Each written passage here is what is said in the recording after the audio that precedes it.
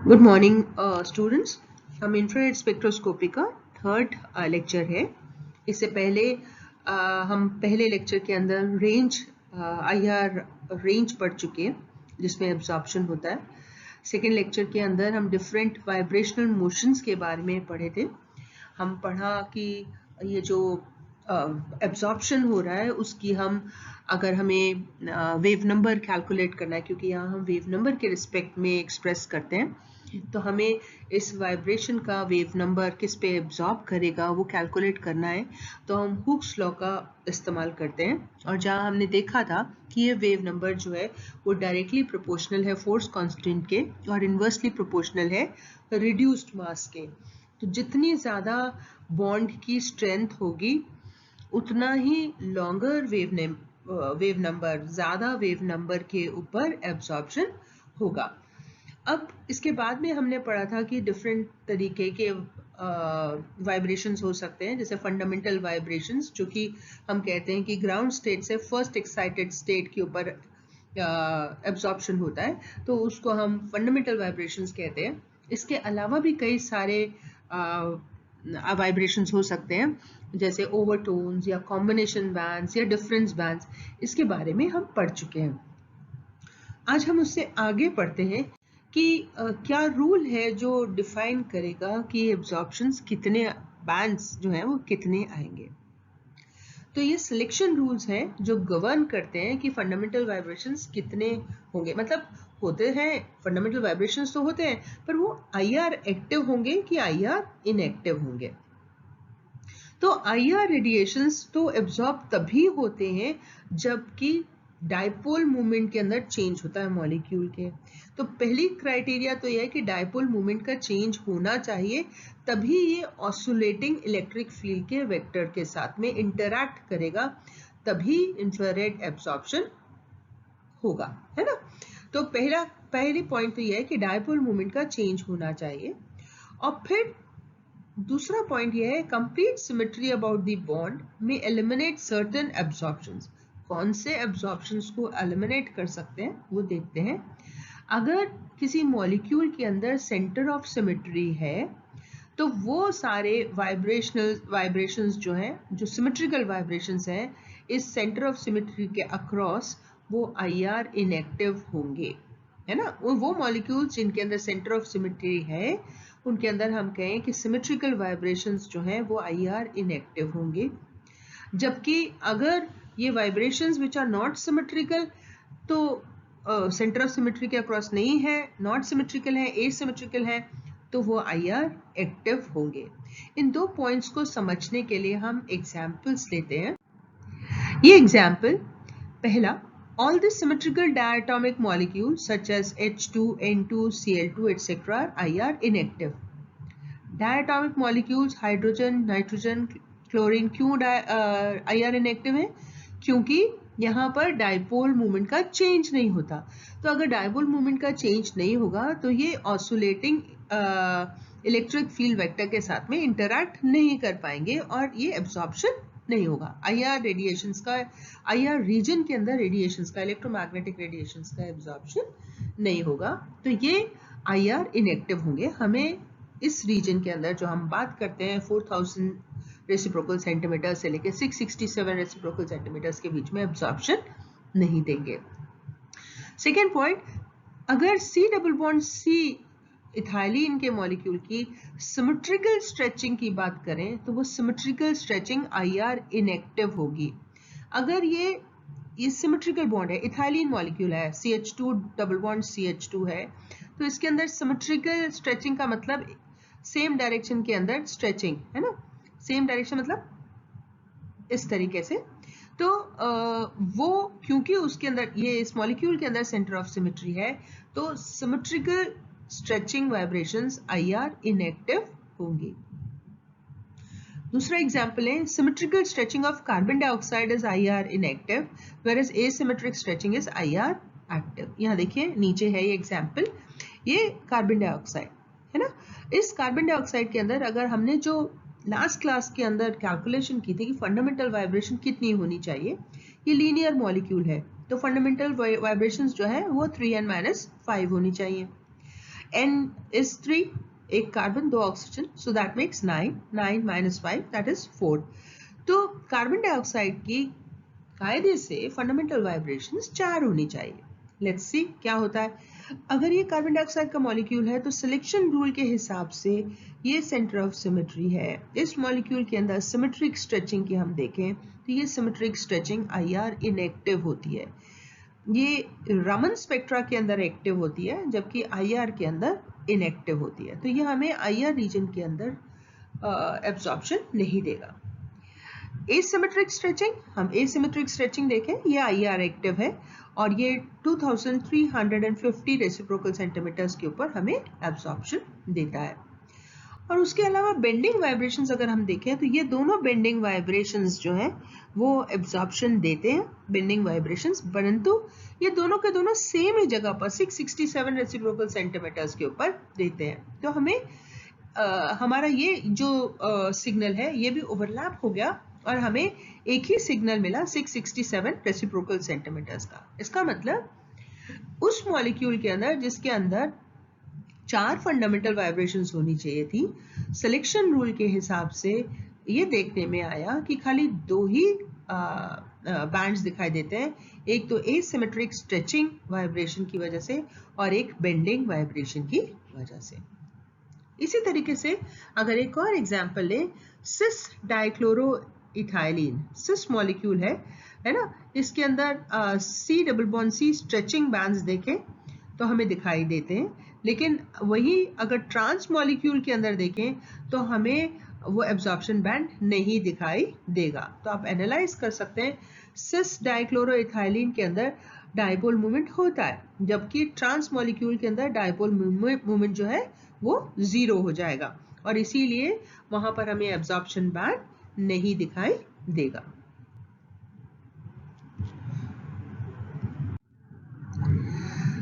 So next part हम पढ़ते हैं, that is factors affecting the vibrational frequencies.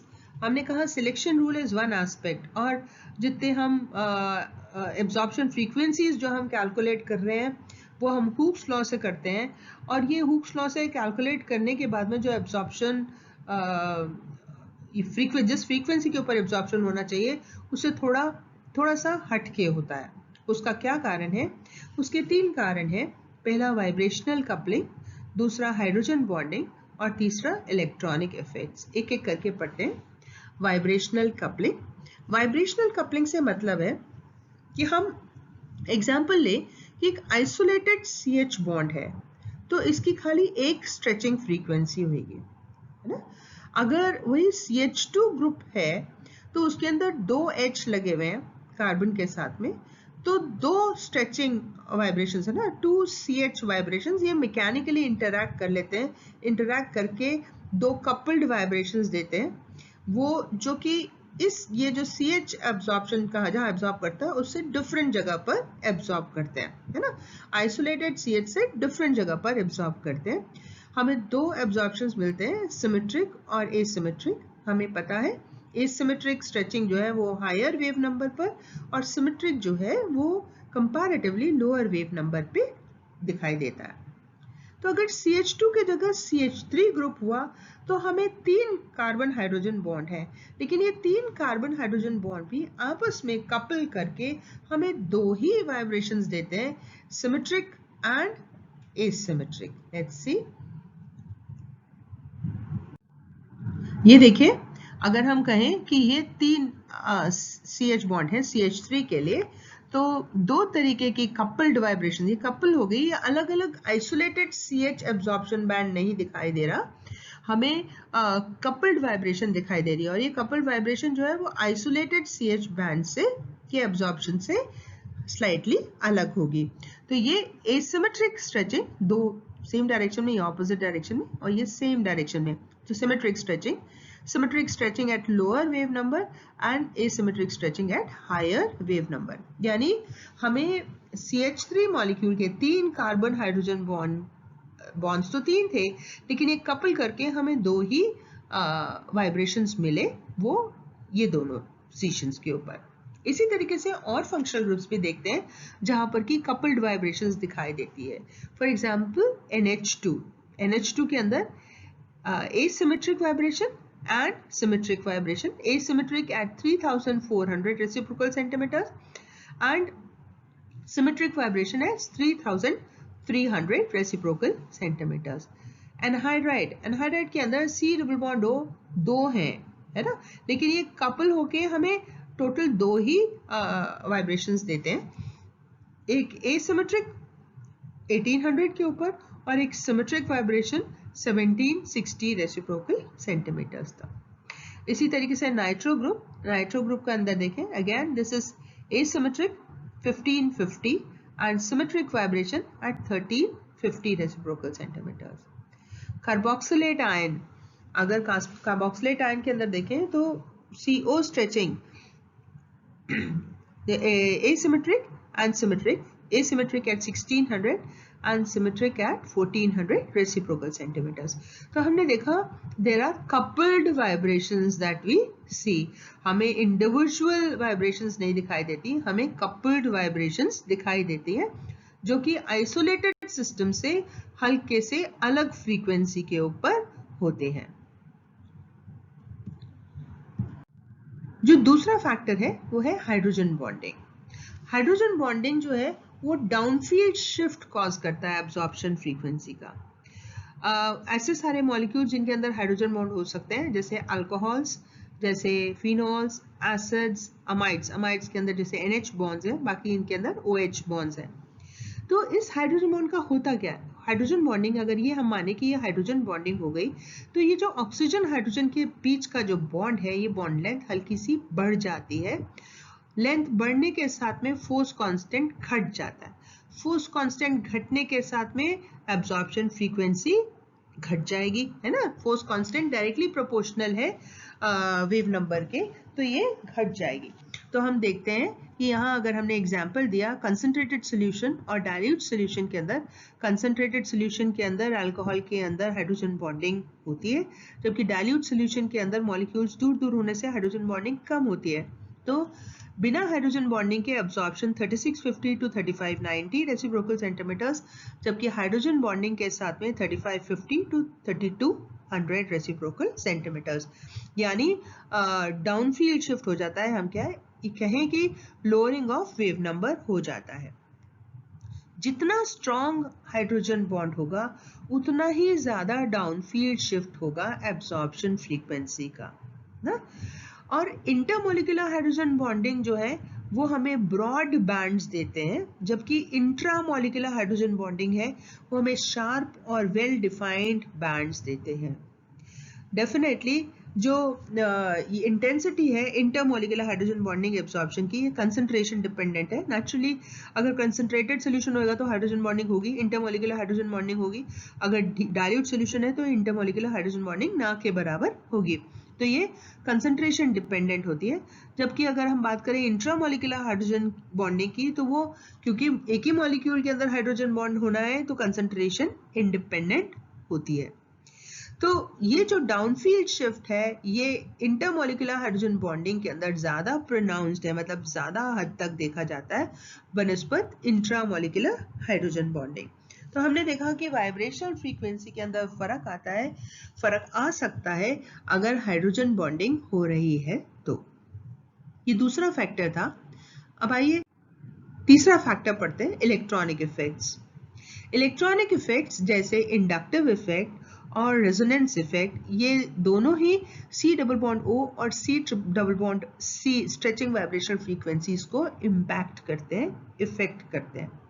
अगर इंडक्टिव इफेक्ट देखें तो दोनों तरीके के इफेक्ट्स हो सकते हैं, प्लस आई इफेक्ट भी हो सकता है और माइनस आई इफेक्ट भी हो सकता है। अगर प्लस आई इफेक्ट होता है यानी कोई अल्काइल ग्रुप का सब्सटीट्यूशन होता है, तो अल्काइल ग्रुप के सब्सटीट्यूशन से क्या होता है, ये इलेक्ट्रॉन दे रहा है, ये इलेक्ट्रॉन डोनेटिंग ग्रुप लगा दिया हमने, इलेक्ट्रॉन दे रहा है। और इलेक्ट्रॉन देने से, क्योंकि ऑक्सीजन जो है इलेक्ट्रोनेगेटिव है, ये इलेक्ट्रॉन अपनी तरफ खींचता है और खींचने से ये जो डबल बॉन्ड कैरेक्टर है ये कमजोर पड़ जाता है, जिसकी वजह से बॉन्ड स्ट्रेंथ घट जाती है। बॉन्ड स्ट्रेंथ घट जाती है इसका मतलब फोर्स कांस्टेंट घट जाता है, फोर्स कांस्टेंट घट जाता है इसका मतलब एब्जॉर्प्शन लोअर वेव नंबर पर होगा। कंपेयर करें, देखिए फॉर्मेल्डिहाइड था जिसमें कोई भी इलेक्ट्रॉन डोनेटिंग ग्रुप नहीं था, तो 1740 रेसिप्रोकल सेंटीमीटर्स पर एब्जॉर्ब करता है। जबकि अगर एसिटाल्डिहाइड किया, एक मिथाइल ग्रुप लगाया, तो हमने देखा 1725 रेसिप्रोकल सेंटीमीटर्स पर एब्जॉर्प्शन होगा। और अगर दो अल्काइल ग्रुप्स लगाए एसीटोन के अंदर 1715 रेसिप्रोकल सेंटीमीटर्स पे एब्जॉर्प्शन हो, यानी प्लसा इफेक्ट के बढ़ने के साथ में ये लोअर वेव नंबर के ऊपर एब्जॉर्प्शन होगा। ऑन द कॉन्ट्रेरी, अगर इलेक्ट्रॉन विथड्रॉइंग ग्रुप्स लगाए तो क्या होगा? इलेक्ट्रॉन विथड्रॉइंग ग्रुप्स लगाने से इलेक्ट्रॉन्स यहाँ से खींचेंगे, इलेक्ट्रॉन्स खींचेंगे तो ये ऑक्सीजन इलेक्ट्रोनेगेटिव एटम है और ये आसानी से अपने इलेक्ट्रॉन्स को छोड़ेगा नहीं, तो ये डबल बॉन्ड कैरेक्टर जो है ये मेंटेन्ड रहेगा, ये स्ट्रेंथन होएगा, और ये स्ट्रेंथन होएगा तो मतलब फोर्स कांस्टेंट बढ़ेगा, फोर्स कांस्टेंट बढ़ेगा तो हायर वेव नंबर के ऊपर एब्जॉर्प्शन होगा। देखें एग्जाम्पल, अगर सिंपल एसीटोन था तो 1715 रेसिप्रोकल सेंटीमीटर्स पर एब्जॉर्प्शन हुआ। अगर हमने एक H को Cl से रिप्लेस किया तो यहाँ पर ये इलेक्ट्रॉन डोनेटिंग ग्रुप लगा है तो ये 1725 इंक्रीज हो गया wave number, higher wave number पर एब्जॉर्प्शन हुआ। और अगर दो Cl लगा दिए तो और हायर वेव नंबर के ऊपर एब्जॉर्प्शन हुआ। तो जैसे जैसे इलेक्ट्रॉन विथड्रॉइंग ग्रुप्स लगाएंगे तो C डबल बॉन्ड O के लिए स्ट्रेचिंग वाइब्रेशन फ्रीक्वेंसी बढ़ेगी, लॉन्गर वेव नंबर के ऊपर या हायर वेव नंबर के ऊपर एब्जॉर्प्शन होगा।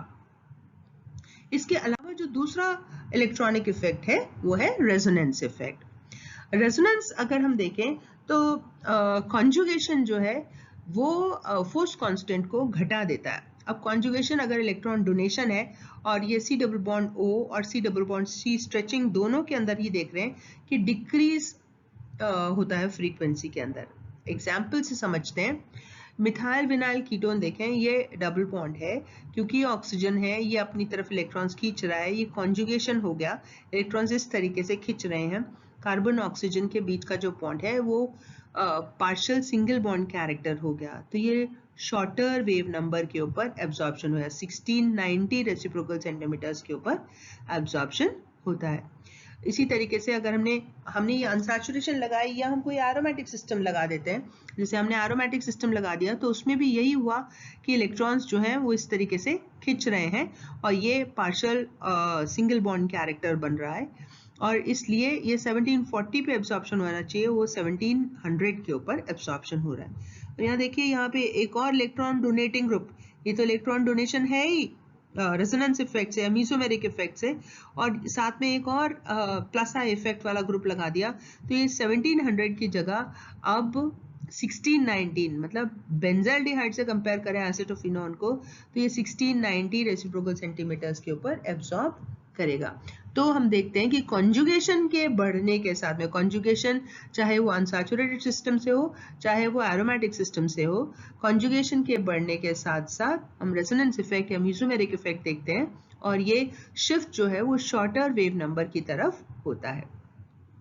परंतु जो एक्चुअल फ्रीक्वेंसी है, तीनों फैक्टर्स को हमें कंसिडर करना पड़ता है, यानी स्पेशली इन ग्रुप्स के लिए C डबल बॉन्ड O और C double bond C stretching vibrations के लिए, तीनों हमने जो पढ़े, हाइड्रोजन बॉन्डिंग भी और इलेक्ट्रॉनिक इफेक्ट्स भी और वाइब्रेशनल कपलिंग भी, तीनों को ही हम ध्यान में रखते हुए फिर हम कंक्लूजन निकालते हैं। हम देखिए, अगर हम कंपेयर करें इन कार्बोनिल ग्रुप के डेरिवेटिव्स को, तो एनहाइड्राइड की पहली जो क्योंकि एनहाइड्राइड है कपल्ड वाइब्रेशन आते हैं, तो पहला बैंड 1810 के ऊपर और दूसरा बैंड 1760 पे आता है। एसिड क्लोराइड के अंदर C डबल बॉन्ड O जो स्ट्रेचिंग है वो एसिड क्लोराइड की 1800 पे दिखाई देती है। एस्टर, हमने अब एस्टर के अंदर एक इलेक्ट्रोनेगेटिव ग्रुप लगाया 1735, aldehyde 1725, ketone 1715, carboxylic acid OH लग गया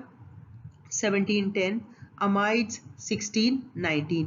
इसे हम और डिटेल में इन फंक्शनल ग्रुप्स की जब हम बात करेंगे तो इसके बारे में हम और डिटेल के अंदर डिस्कस करेंगे। Thank you.